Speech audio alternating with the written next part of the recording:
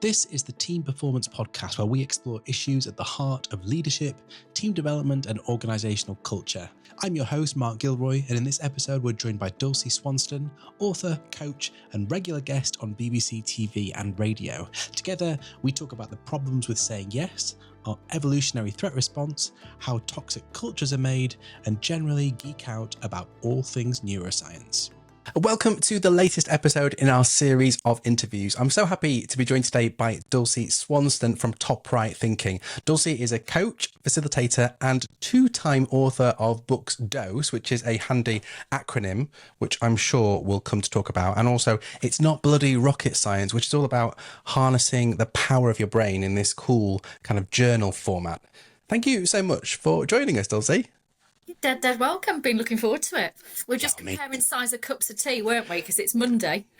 Yeah, I've got a huge teacup envy today, and I think, I almost feel like I need to go and make a better brew. One. It isn't that I've got a very small head, it's that I've got very big cups of tea, because one of my other businesses is called Tea Break Training, so I'm well known for liking a cup of Yorkshire tea, taking my time over it and having a good natter, so looking forward to that today. I mean, there is no other kind of tea, really, is there? It has to be Yorkshire tea. The red label. Thinking about labels, I guess leadership and leader is one of those labels that gets thrown around all the time in our industry. Can you say a bit more about your first experiences of leadership, whether it be positive or negative, Dulcie? Let me think about me as a leader for the first time, because my experience was slightly unusual, and it's quite a good backstory, because whilst I'm like a writer and I work across the world as an executive coach, I only moved into HR in my mid-30s. So I was really late to understanding what I wanted to do when I grew up. Because before all of that, I joined a big company. So it was Bass PLC back in the day. So they own the oldest trademark, so brewing, pubs. We used to have Gala Bingo, Coral, betting shops, Britvic were all part of the same group, Intercontinental Hotels, a big global business. And I joined as a graduate. And marketing got disbanded on the day I joined. I thought I was in trouble straight away, because they said, "Who's Dulcie?" I put my hand up and they said, "Oh, we disbanded marketing this morning. We didn't think we needed it for pubs." Oh, so what am I going to do for a job then? They said, "Oh, you're going to go into commercial." So literally, I got this graduate job that was not what I'd applied for, but happy days, because that's change for you, isn't it? But I then got to be 29-ish. Without ever having managed a P&L and without ever having managed a team of people. And I'd done that thing where you get quite senior, and if you've never managed a team of people or a P&L, that gets to become a problem. So I'd got no experience of running pubs, nightclubs, restaurants, but I was given a district of pubs and nightclubs to manage. So 14 businesses across the country. O'Neill's Pubs and Nightclubs, if you remember those. There might still be one near you. But I used to run the ones in the Midlands and in South Wales, when they used to take a lot of money right back in their heyday. And I got 14 people, 14 direct reports, but indirect reports, hundreds of people, and a really big P&L, like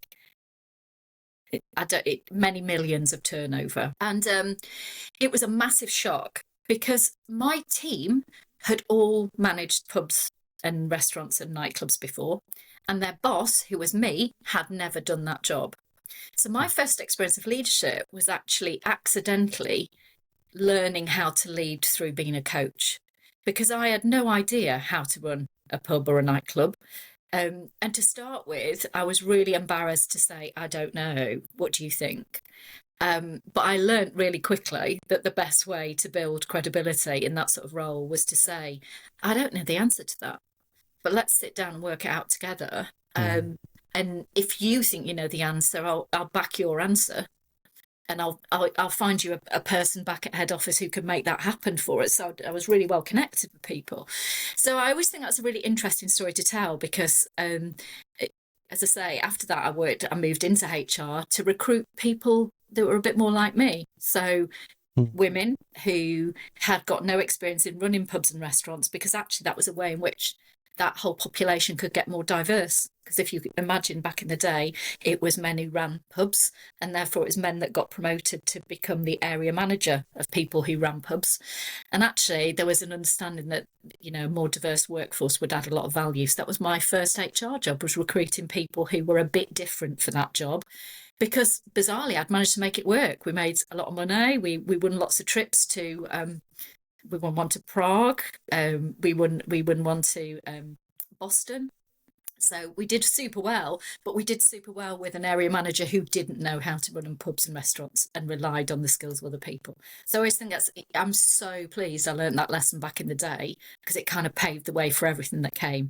But I was dragged kicking and screaming to do it a bit, because I thought, I'm going to look like a fool. This is the moment where my imposter gets found out. How on earth am I going to be able to manage people when I don't know how to do their job? And thinking back then, because you spent quite a long time in that industry, didn't you? It was about 20 or so years. 23 years there, and I still work in the industry now. So a lot of my clients are hospitality. I now work in like globally all over the world, but you know, you shouldn't have favorite clients, and you know, a bit like you shouldn't have favorite anything, should you? But I love working in hospitality, so I still have loads of clients in there, because like, what's not to like? You work with people who have hospitality in their veins, so they want to make people welcome and feel good and have a great time, and you can have a beer or a massive cup of tea while you're doing your job. Brilliant. Yeah, I know a lot of people that's their first job, isn't it? They work in the hospitality industry for a bit, and I think it's a good grounding, because there's so many lessons you can learn about people and about service and about how to handle tricky situations. I look back, I probably spent about maybe 6 or 7 years of my life doing that as part-time work, and some of the best times ever, best teams I've ever worked with were in that industry. You really get a really close sense of community when you have to come together and work crazy long hours and do really strange things. I remember once working a night shift as a hotel porter, and then going straight into serving Sunday breakfast and then Sunday lunch. And before I knew it, I'd done like a 15, 16-hour shift, but I would have happily carried on going, because I just loved the people that I worked with, and we had such an amazing time together. It was, I would have worked for free. Nowadays, I used to have to make that stop happening, because you can't work 16-hour days, because that's really bad for you. But you're right. I was really super blessed about 5 years later, after that first story, that I recruited graduates for my job.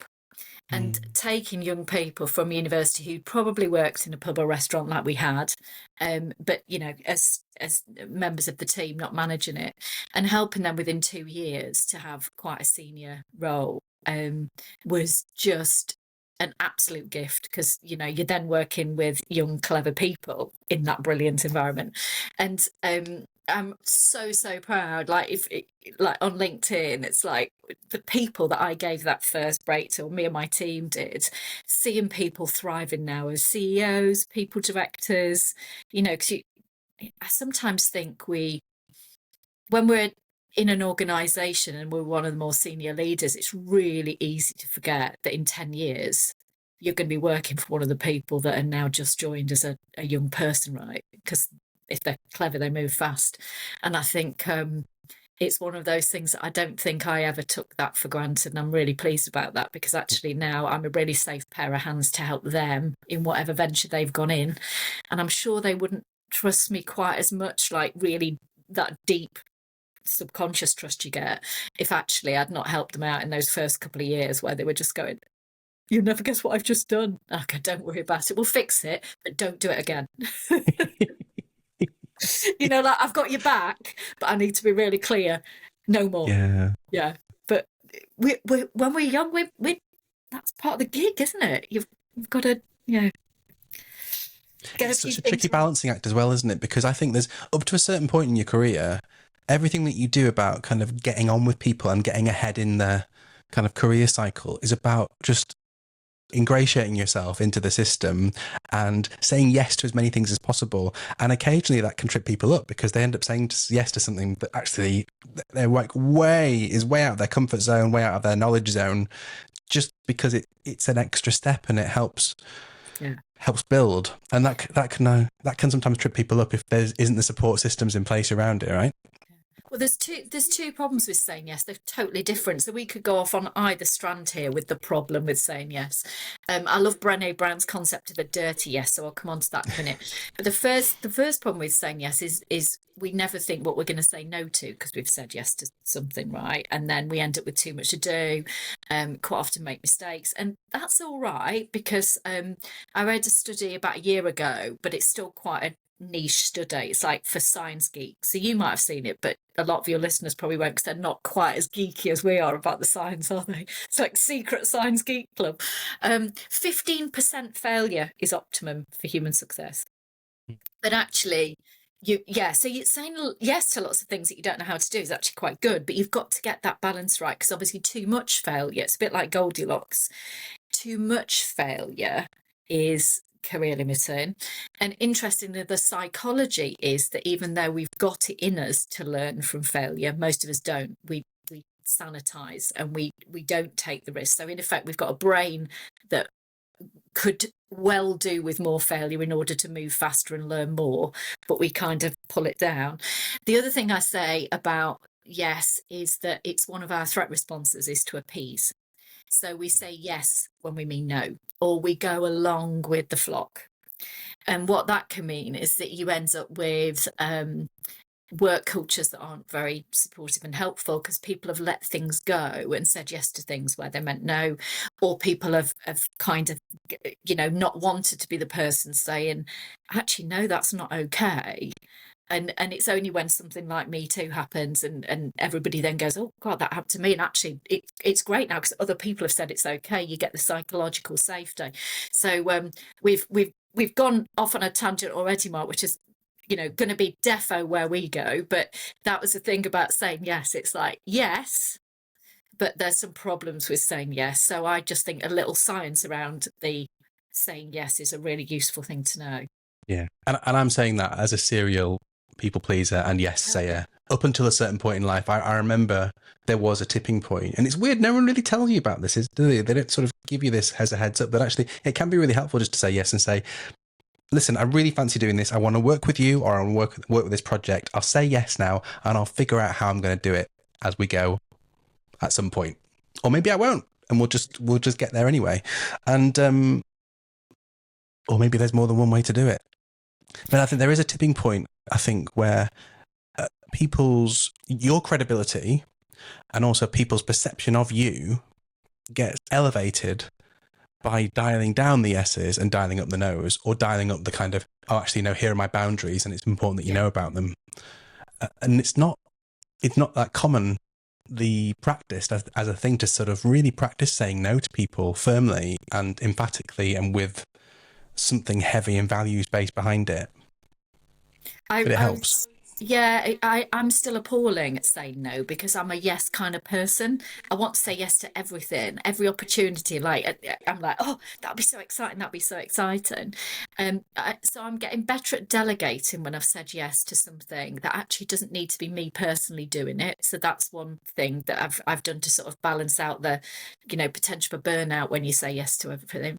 And I also I saw an article at the weekend. I think it was on Instagram. And somebody had been invited to something and it was a note back saying, I would absolutely love to, but I'm going to have to say no for a secret reason. And I thought it was such a lovely note to send somebody. I'm going to have to say no for a secret reason. It was like really smiley. And I thought, oh, I might steal that now and again. Although if anybody's listening, they'll now go, she said no, there's a secret reason. It's just a thing. But I just thought there's a nice way to say no, isn't there? Or as coaches, we could say, I could say yes to that, but actually let's explore what's stopping you doing it for yourself. Because actually that's what I would used to do as a line manager later on. I would say yes to everything. But actually what I should be saying is, hang on, what's stopping you doing it? Yeah. And modeling actually not taking other people's stuff to do because you can. Actually modeling saying, no, actually you're up, you can do this. You do it. I'll back you. as you said, it's a more powerful way to say yes than just going, oh yeah, to everything. Yeah, I don't Yeah. mind. Yeah, Yeah. that's fine. Yeah, when actually it's not fine. You just spend, and that's the other thing. Sometimes I'll say yes to things and then spend ages seething about why I didn't say no.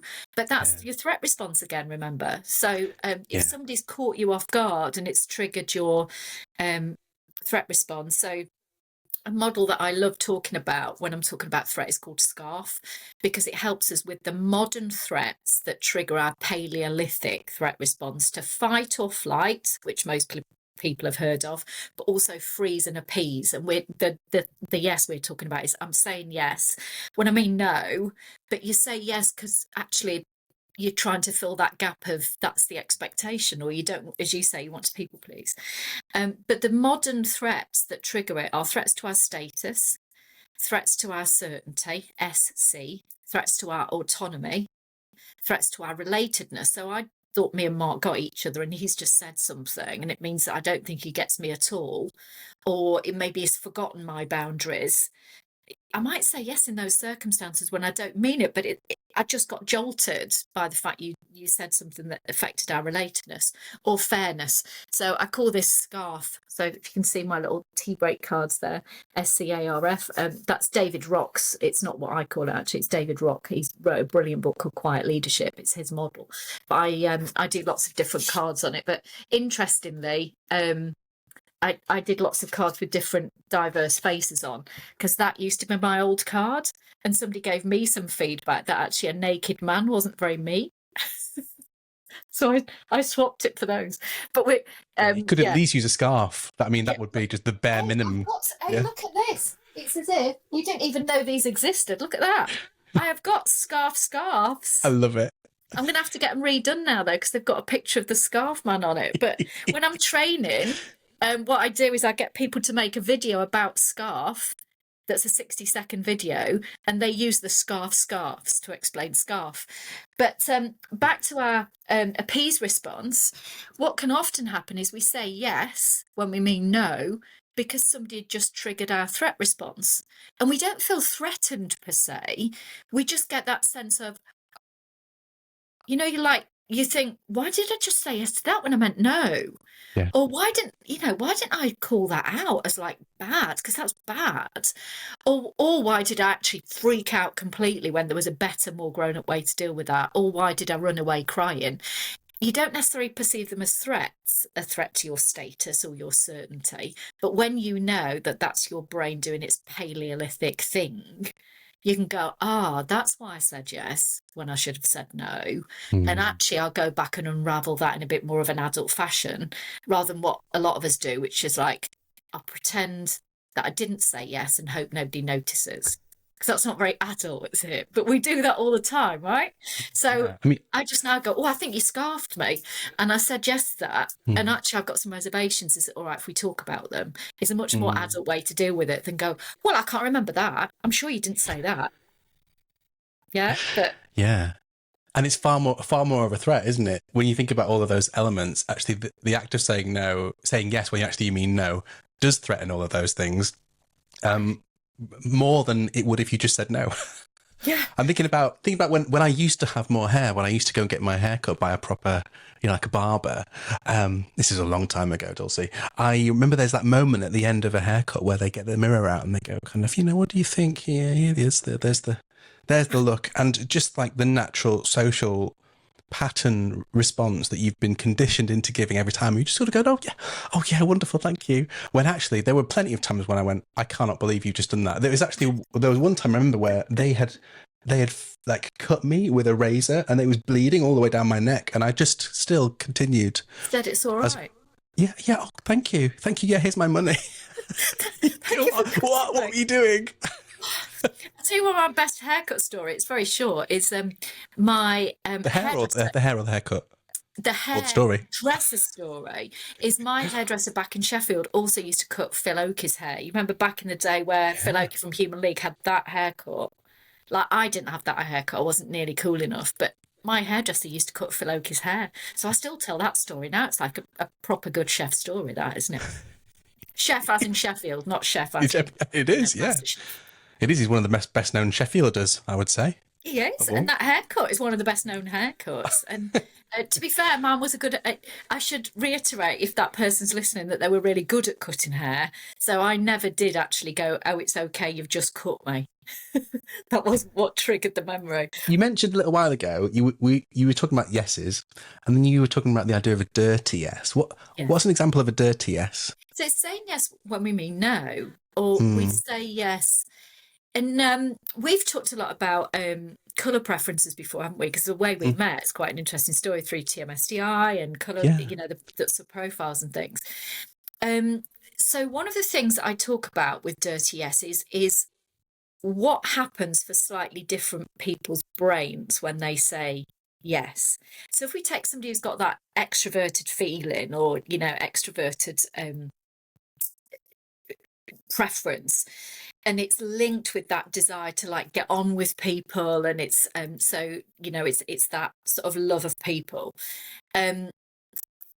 You're probably going to be saying yes because you're really enthusiastic about everything. Yeah, so that's that's the reason you've said yes to too much, is you've gone yeah, because you've got excited in the moment, and you've got extroverted about that at the moment. It's all about harmony. It's all about like, I want to join in with you. So you'll understand if you've got you've got any sort of personality profile tool, that is potentially one of the reasons you might give a dirty yes, which is you say yes and then you think, oh, I've not got time, or I've double booked myself. But if you think somebody has got the opposite preference, so maybe they've got that introverted preference where they're drawn to sort of reflecting, and it's much more about you know, planning and so on, you might say yes and then take it away and think about it carefully by yourself, because that's where you do your heavy lifting when you're not in the room anymore, and think this is not a great idea. But then you've not necessarily got the sociable skills to, you know, it's not your space to go and pick the phone up and say, oh, you know, can we have a chat, because I've thought about this and it's not great. So I kind of look at those two things. And then you've got this sort of extroverted energy that's very much about kind of truth and logic. So you might say yes, and then frankly, you just change your mind and go, actually, it's now a no. So, and you sometimes forget to tell people you've changed your mind. And then you've got that kind of more introverted energy that's about getting on with people. And in those circumstances, you might give a dirty yes, because actually, I just don't want to upset you. I'd rather do something that you've asked me to do, because I don't want to say no. I don't want to disappoint you. My relationship with you is worth more to me than standing my ground here. So dirty yeses, it sounds like it's dirty as in it's bad. I just say dirty yes is like common to us all. It's just really useful if you can understand in what circumstances you might give a dirty yes. So for me personally, I give a dirty yes because I get too enthusiastic and then I've got too much to do, or I give a dirty yes because I said yes to something and then actually I've found a much better idea and I've just forgot to let people know because I'm off, I'm doing it. It's very rare that I reflect and go, oh, maybe there's a better plan. I'm not an introverted planner. So dirty yeses sound bad, but dirty yeses are things we all do, entirely normal. I just think the trick is understanding why you might say yes when you mean no, because you can better unravel it if you're not feeling guilty about having said yes to something you should have said no to. I mean, guilt's just a killer, right? Because then you just have to find a really convoluted excuse and reason. Whereas if I say, actually, I said yes to that because I got really excited in the moment and I've just not got time, if you would understand that, you'd go, we've been here before, Dulce, right? So it just gives you a much more honest way to have an adult-to-adult conversation if you know why your own brain wiring might mean that you say yes when you mean no. Yeah, you're making me think of this amazing mentor I used to work really closely with, and she was known for two things. First of all, catchphrases. And one of the catchphrases which I've taken with me now and I use all the time was, "That's a great idea. Can I just have a think about that?" And it was because she was like exactly the way that you described there. Was the natural reaction was, "Oh yes, let's do that. That's brilliant. Let's do it now." And usually there'd be a team of people there who would just go off and make it happen. And actually, often there would then be that logical piece that would kick in and go, actually, I'm not sure that was a great idea. I've thought of some reasons why we should maybe alter that or maybe not do that at all. let's get everyone together and we'll talk about why we shouldn't do that. And then by that point, it was often too late. So I think at some point on their journey, they developed this kind of habit of just slowing everything down by saying something like that. Can I just go and think about that for a while? And what it did for them was helpful to have that internal kind of dialogue around and analysing an idea. It out loud. It said it out loud. Can I go and think about it? So they're more likely to do it. And actually the group around them were more likely to go and do it rather than just go happily away and start making and producing things. It's a great sort of simple hack in terms of slowing all of that stuff down. But then the other kind of thing that we got to know is that because of that natural tendency to still say yes sometimes, maybe when it was a dirty yes, we learned that there was a kind of, well, it was a rule. It wasn't even unwritten. It was a rule by the end, is the rule of 3, that actually, unless this person had said to the group to do something 3 times, probably just worth waiting, because there might need to be a process of saying yes before getting to the real yes or no. Yeah. And that really helped. Again, it was about slowing down the energy. If we're talking about that kind of introvert, extrovert energy. Yeah. One of my favourite questions to ask when I'm coaching is, if you're saying yes to this, what are you saying no to? And actually that would work really well in your group scenario, wouldn't it? Which is, I love this idea. If we said yes to this, though, what we're going to need to say no to. If we said yes to this, another one I ask about is, what's the unintended consequences? Because very often we say yes to something because it just sounds amazing, and we've just not thought through those consequences. And it's the same thing, isn't it? The same principle. And particularly if you're the most senior person in the room or you're the most influential person in the room, you're right. You can go, this is a great idea.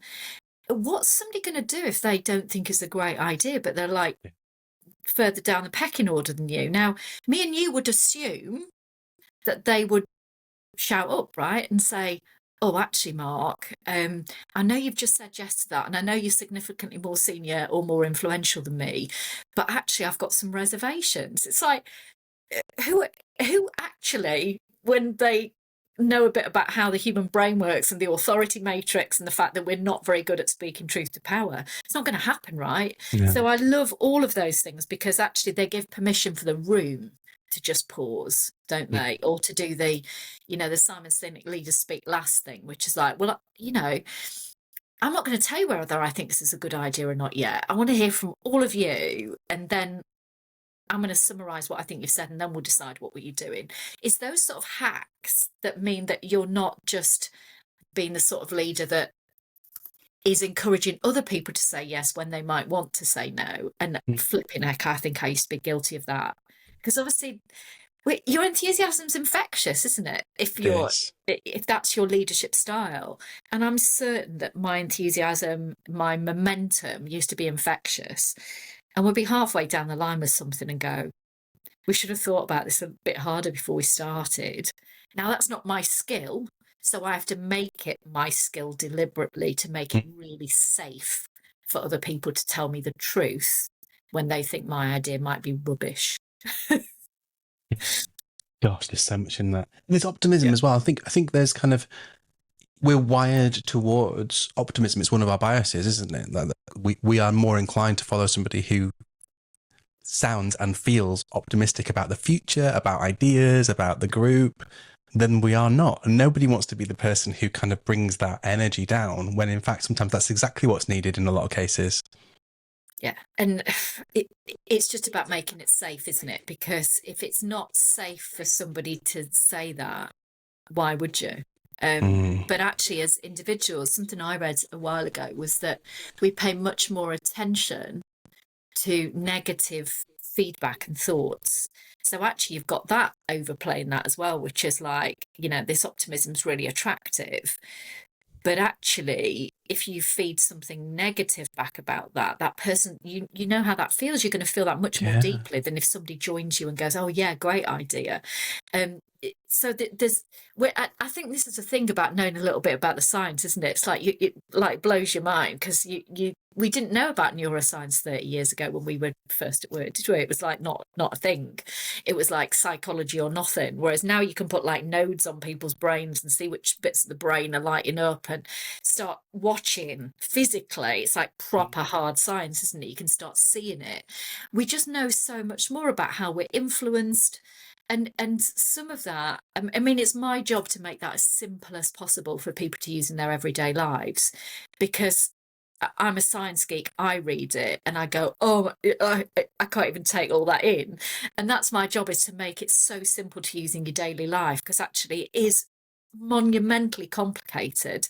But as you say, the only thing you've got to remember is everybody does dirty yes.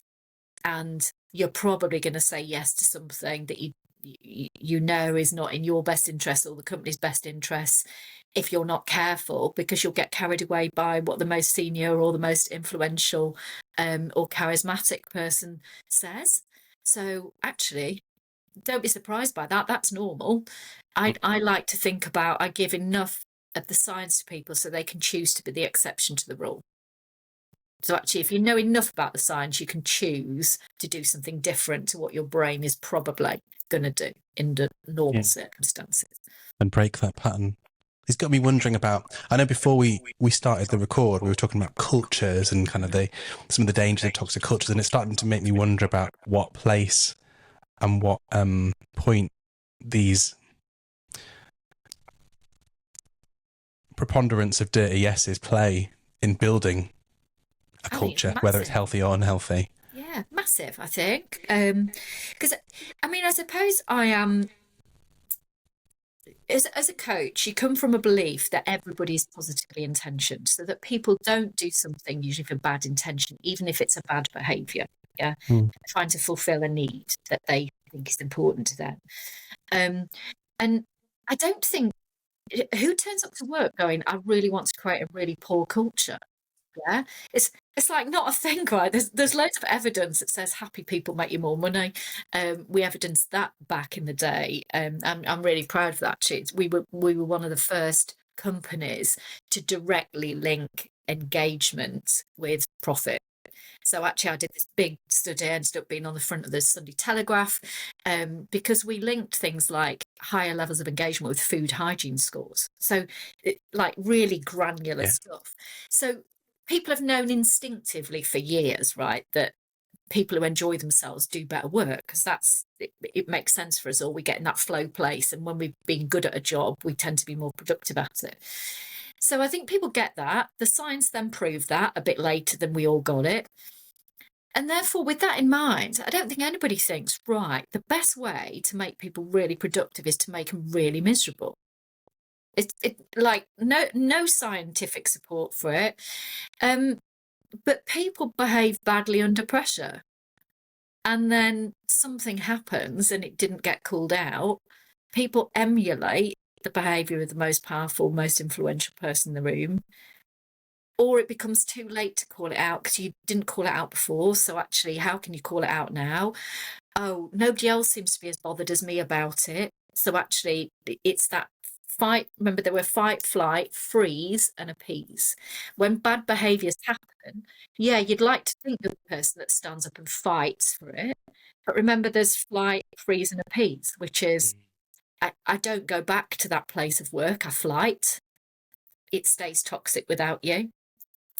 I freeze. I do nothing in that moment when I see that behaviour, because I just can't think of anything to do or say. Or I appease. I say, somebody says, was that okay? And you go, yeah, I'm sure it was fine. When you mean it wasn't fine at all. But remember, the reasons we do those things is not because we are bad people. It's because we were in the grip of that Paleolithic threat response.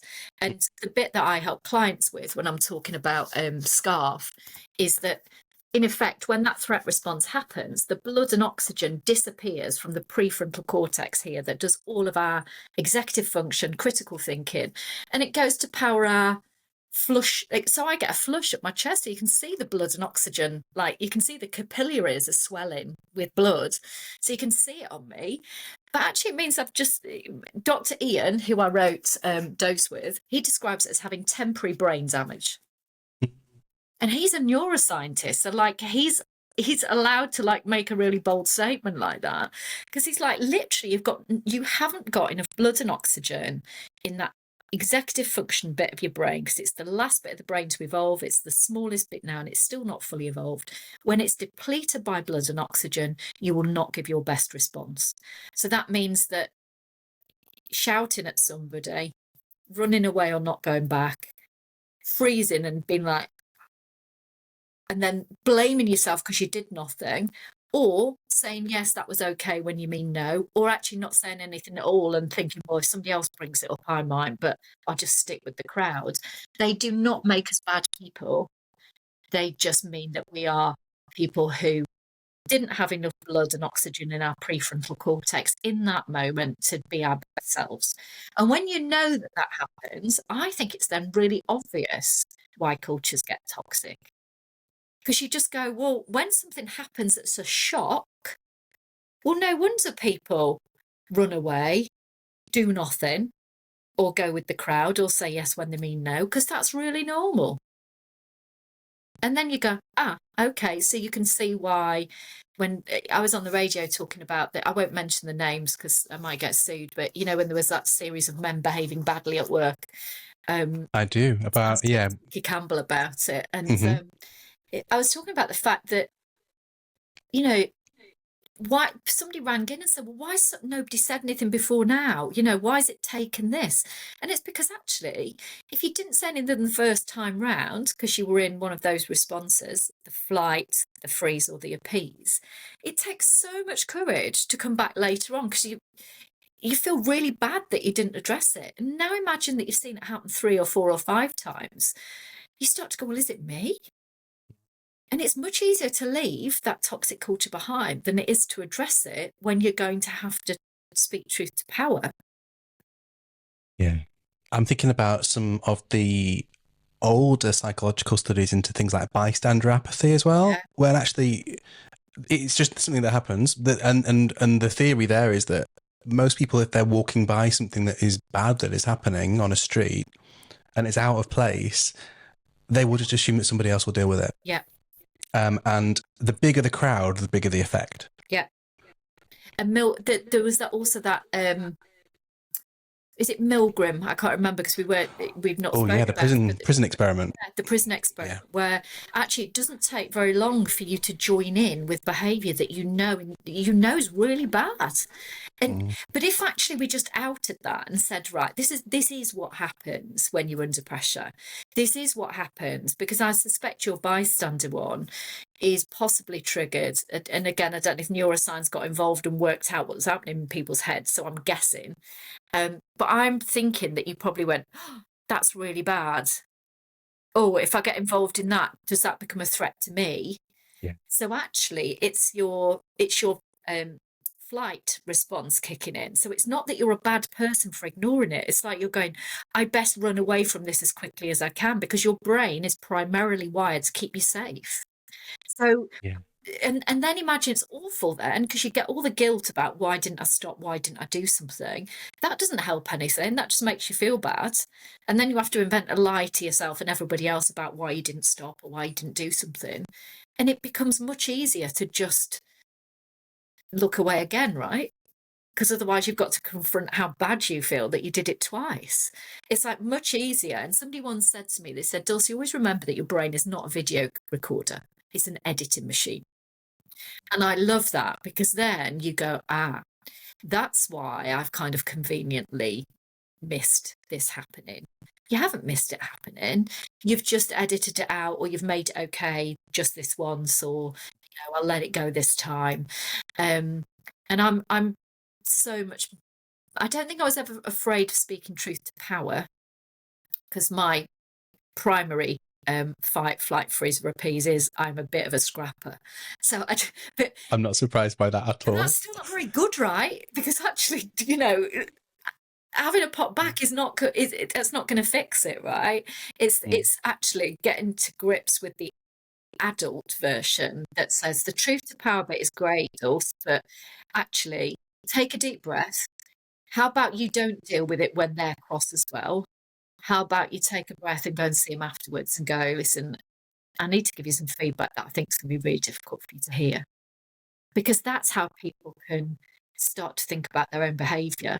They're not going to think about it if they've got like a 5'3" lass, like giving it them back, are they? Because then that scarfs you back. So you end up in this like scarf place with like people scarfing one another, and it's like you're having a scarf off. Somebody's just got to take that step back. And I wrote it's not been published yet, but I wrote a version of my book for children. So it's like, it's not bloody rocket science, but it's for kids. And we talk about being the big dog in that.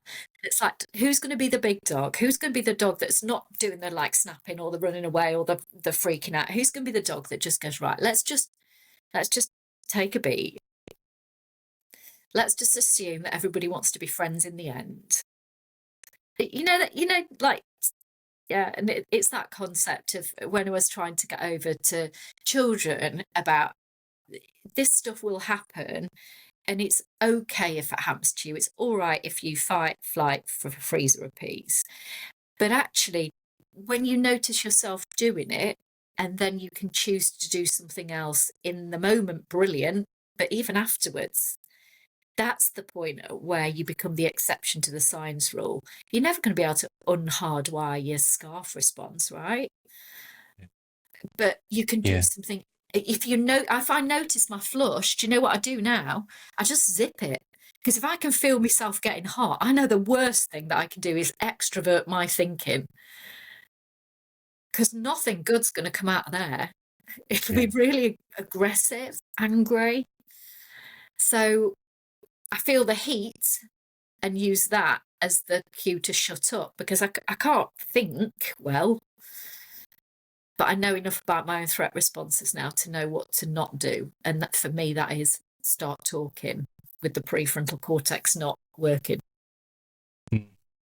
Yeah, it's interesting you describe it that way, because I have the exact same response when I'm under stress. It's a heat response. I feel it really quite acutely, and yeah, if say my partner and I are having a disagreement, you can almost feel the temperature in the room rise as we both trigger each other's heat responses to it. And actually, my natural reaction in that case is to walk away, because I know that in order to resolve the situation, both of us need to both calm down but cool down. Really important. Actually, the hotter we get and the kind of more physiologically stimulated we get by the whole situation, it's just going to end up in a worse of a row.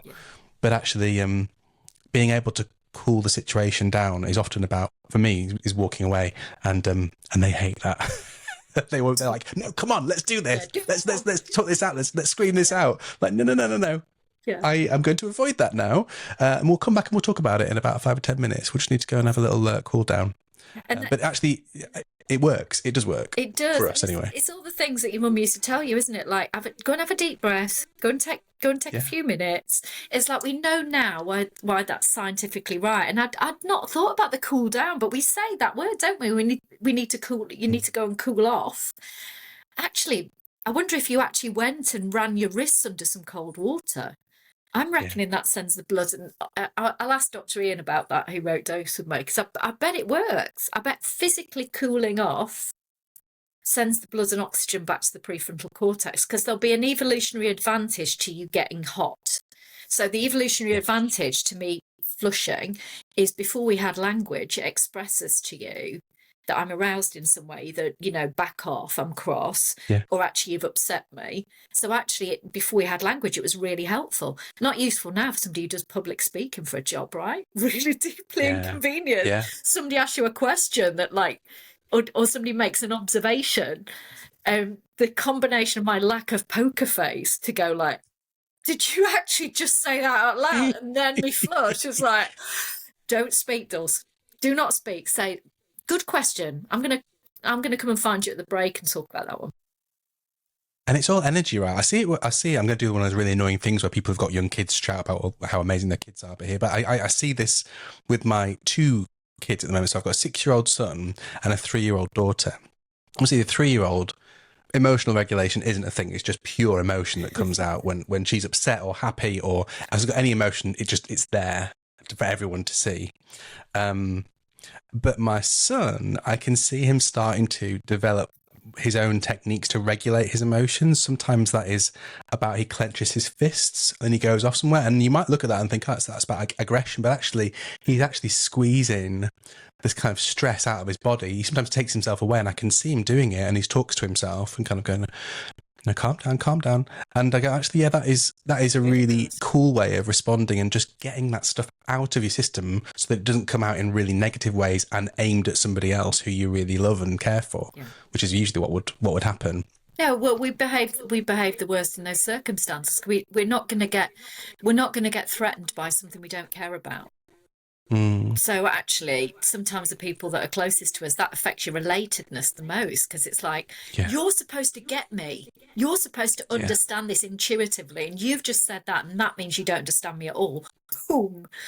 Yeah, you can. I'm narrating this out loud. It's like you don't want to imagine what it's like in my house. It's like like the touch paper and stand back. But I'd like to think I've got better as I've got older. But I don't go off very often these days, but I can still go off on one. And then it's much harder, right? Because you've then got to go back and, like, you can't unsay the things that you said. And that's why, as somebody who's got his extrovert preference, I've really tried to learn to not speak when I know that my prefrontal cortex has got no oxygen in it. Why would you do that? It's the bit of your brain that separates truth from lies. So one of the things I used to do was say things that weren't true. But you're not saying them because you're lying on purpose. You're saying things out loud without your prefrontal cortex being able to separate truth from lie. So this is the other thing we were talking about dirty yes. You know, when you go, well, somebody said they do that, or somebody said this and it wasn't true, and your instinct is that, you know, truth it's a good quality and lying's a bad quality. Well, we lie to ourselves all the time. It's chapter 1 of the first chapter in this is called Lies, because actually we just lie to ourselves the whole time. In fact, can I read you this quote? It's one of my favourite quotes ever. So this is a quote from an economist from Harvard. So not a psychologist, not a neuroscientist, an economist. J.K. Galbraith said, faced with the choice between changing one's mind and proving there's no need to do so, almost everyone gets busy on the proof. And it's like somebody says something to us that involves us changing something or something that's challenging. What your brain wants to do straight off is to go and find reasons why you don't need to listen to that feedback. Well, actually, it's fine that you stropped off. Your brain is literally there to convince you with lies that don't sound like lies. They sound like really bespoke, clever bits of intellect. It's just lies. That it's all right for you to behave the way you did. It's all right for you to have said what you said. It's all right for you to not change something that people have offered you by way of feedback. And I think knowing that you lie to yourself all the time and that you will lie out loud if somebody asks you a question under pressure and your prefrontal cortex not working, it stops you being so judgy about people lying. Because again, when you know that the science is there, you can be the exception to the rule. So you can then go back to somebody and say, look, I know that you agreed to do this. I know you said that you would do this, or I know you said this, but actually I'm wondering if actually you said that in the heat of the moment is really difficult than saying you said you do this. You're a liar. It's like, well, one's likely to get you an explore response and one's likely to get you another fight, flight, freeze, or appease response, right? But flipping out, I wish my 52-year-old self could go, you know those books about what would you want your older self to tell your younger self? It's like they're not lying to you, Dulce, per se.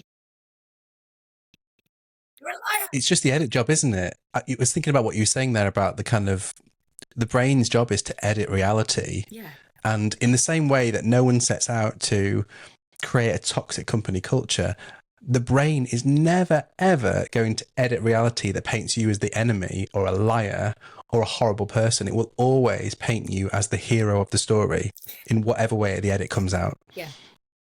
And actually, it's unfair to think otherwise. Yeah. But isn't it amazing when you get to a stage where you've got some really good friends around you, or you've made it safe for people in your life to actually feed back to you that, and you will accept from them that whilst you intended to be the hero of this story, you're doing something that's deeply unhelpful to you and other people, and you can listen. I mean, I've got probably 6 friends in that group, but they know that I want to know.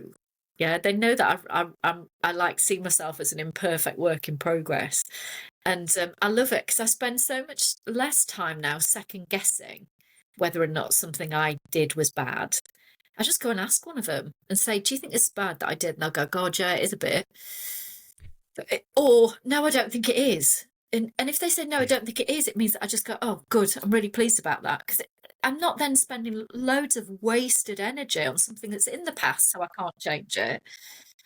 It's like I just go and get like a look in the mirror moment from one of my, 6 trusted people. Those 6 be like now go, "God, yeah, I'm going to send it to one of the other 5 now." No, it's not just me. But you know what I mean? It's like I do. much less energy when you make it safe for people to give you feedback, because it means you've not got that perpetual thing in your head of, am I being a really bad person here? Am I doing this wrong? Have I upset them? It's like you can go and ask somebody whether or not you think this would have upset somebody, and they either go yes or no, and you believe them. For me, that has literally wiped hours of negative self-talk out of my life. But you've got to make it safe for people to give you that feedback before you get that blessing. Yeah.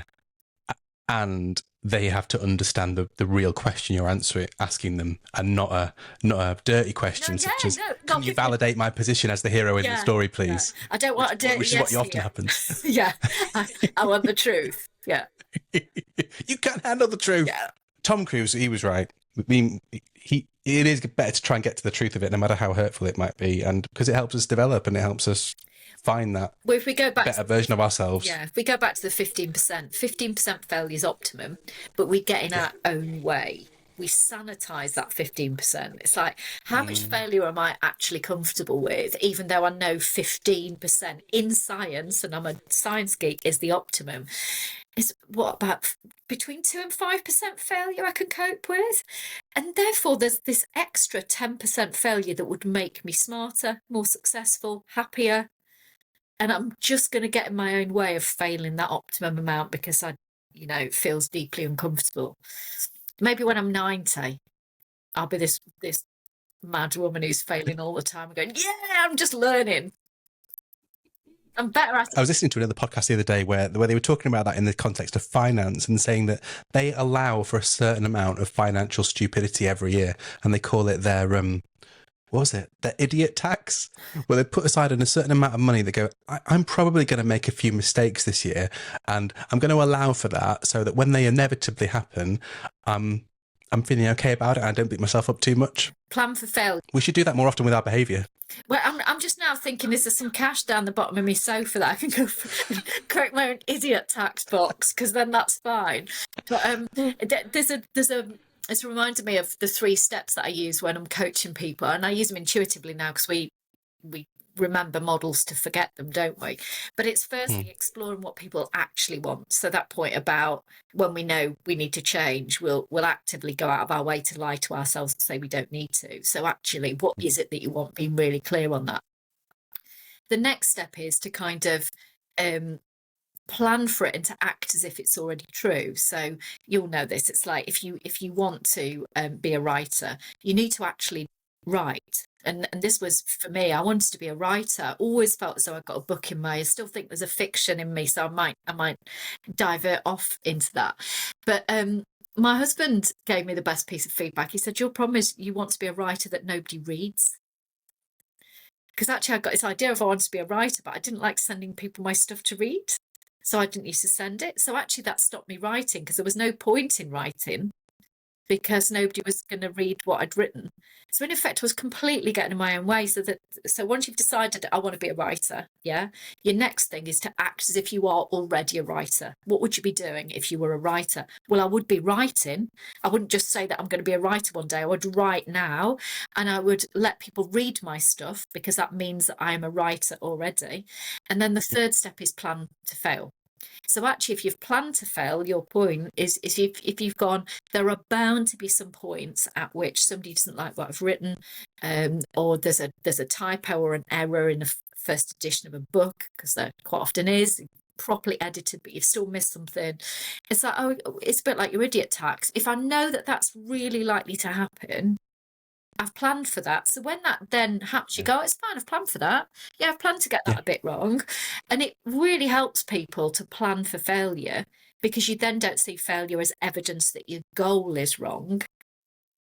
You see planning for failure as, oh, you were dead right. You were back. There was some things you were going to fail at there. So you failing becomes really positive rather than a real danger point. I think that's a really neat place for us to start wrapping up. Cool. And I'm sure people are going to be wanting to find out more about you. So I will link the 2 books in the show notes. That was the first one. And I would say that, that's now on its... no, it's only on its 2nd edition printed, but there is a 3rd edition, because there was some mistakes and errors that I've happily corrected when people pay attention. That's cool, isn't it? And I guess it's to be expected with the topic, that things will evolve and understandings will evolve as well. Science never stops, does it?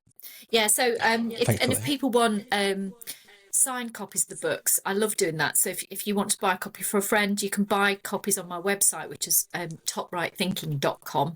There's a shop on there, and what that means is if you want to send somebody a copy, I can write them a message and send it. You can, of course, order it from Waterstones or buy it off Amazon, but actually I always really like connecting with people. So if you want to send somebody, or you want to send your team a book, then that's the best way to do it. And I can always chuck in one of my now not naked men postcards, because I've done there is a chapter on scarf in this version of the book, Mark. So actually, if anybody's interested in learning more about scarf, or we mentioned imposters, both are covered with it. They get their own full chapter. They're kind of 2 of my favourite topics. How about just generally? So there's the website. How else can people find out more about you and what you do? I do something called Tea Break Coach. I do one of them each fortnight, which is me just, I'm conscious that quite a lot of people can't afford a coach, haven't got time for a coach. So I do 3 minutes by the sea, because I've got this backdrop here. It's not actual real tropical garden, but I've got a lovely backdrop in my coaching venue by the sea. So I do one of them every couple of weeks. So you can either get that on LinkedIn. So I think I'm still at Dulcie Swanston on LinkedIn, or I am It's Not Bloody Rocket Science on Instagram. So I'll put it in both places, because I know that LinkedIn's not everybody's bag, neither is Instagram. So I'll put it in both places. So they're once a fortnight. And that's a really good way to connect with me, because it's I love the chats that you get on there, and the fact that people will come back to you and ask you questions. And I used to think that it was really normal to go back. If somebody comments on your post and you comment back, I thought that was normal, but apparently that's dead unusual. People just let people comment. I'm like, that's really rude. Somebody's commented. So if you want to get to know me a bit better and have a conversation, comment on one of my posts, because I think it's really rude if you don't comment back. And I can promise it is the absolute next best thing to having a wonderful talk with an experienced coach by the seaside. What more could you want? Oh, well, I'm going to take that for today. That'll make me feel good. Thank you. Brilliant. Thanks for joining us, Dulcie, and we'll hopefully see you next time. Yeah, fab. See you. Bye. If you enjoyed this episode, please let us know by subscribing and leaving a review on your favourite podcast app. Meanwhile, if you're interested to learn more about how the PCS approach can help you explore leadership, performance and culture within your business, get in touch with our team at performanceclimatesystem.com and we'll be happy to help. See you next time with another great guest.